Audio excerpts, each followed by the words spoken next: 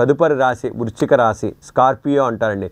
విశాఖ నక్షత్రం 4వ పాదం, అనురాధ నక్షత్రం 1, 2, 3, 4 పాదాలు, జ్యేష్ఠ నక్షత్రం 1, 2, 3, 4 పాదాలు. తో, నా, నీ, ను, నే, నో, యా, ఈ, యు అనే అక్షరాలు ఉన్నాయండి. ఆదాయం 8, వ్యయం 14 అండి.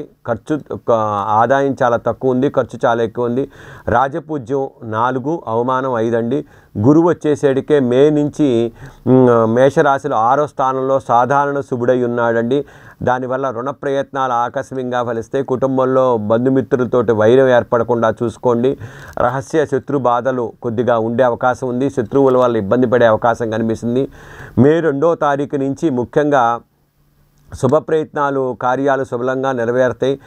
సంపూర్ణ ఆరోగ్యవంతులుగా ఉంటారు. ఇతర పనులు కూడా ఉపకరించే పనులు చేపట్టే అవకాశం కనిపిస్తుంది. గౌరవ మర్యాదలు, శుభవార్తలు వినే అవకాశం కనిపిస్తుందండి. మొత్తం మీద గురువు వల్ల 7వ స్థానంలో ఉంటాం. వీళ్ళందరికీ అన్ని విషయాల్లో బాగుంటుంది.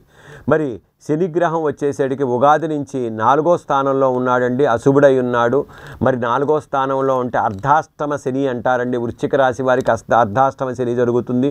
కాబట్టి శనీశ్వరుడికి తైలాభిషేకం చేసుకొని శనిగ్రహ జపం చేయించుకోవటం, శనికి సంబంధించిన నల్ల నువ్వులు దానం చేయటం వల్ల ముఖ్యంగా చాలా మంచిది. లేకపోతే గృహాల్లో మార్పు కనిపిస్తుంది, ఆర్థికంగా ఇబ్బందులు పడే అవకాశం కనిపిస్తుంది. మరి విపరీతమైన ఆందోళన చెందే అవకాశం కూడా కనిపిస్తుంది. రాహు వచ్చేసి ఉగాది నుంచి మీనరాశిలో 5వ స్థానంలో ఉండటం వల్ల పిల్లలు ముఖ్యంగా మొండితనంగా మూర్ఘత్వంగా ప్రవర్తిస్తారు. చదువు విషయంలో కాకుండా ఇతర వ్యాపకాలు ఎక్కువగా ఉంటారు. ప్రయాణాలు చాలా జాగ్రత్తగా చేయాలి. అంతేకాకుండా నూతన వ్యక్తులతో పరిచయమైన వాళ్ళతో మోసపోకుండా చూసుకోండి. అధికారుల వల్ల కూడా జాగ్రత్తగా ఉండటం మంచిది.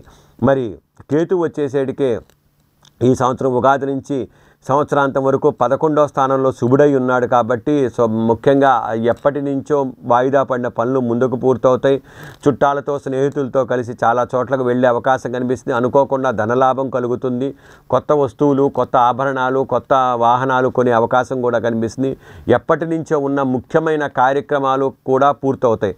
మొత్తం మీద చూస్తే కేవలం శనీశ్వరుడికి బాగా చేసుకోవాలి.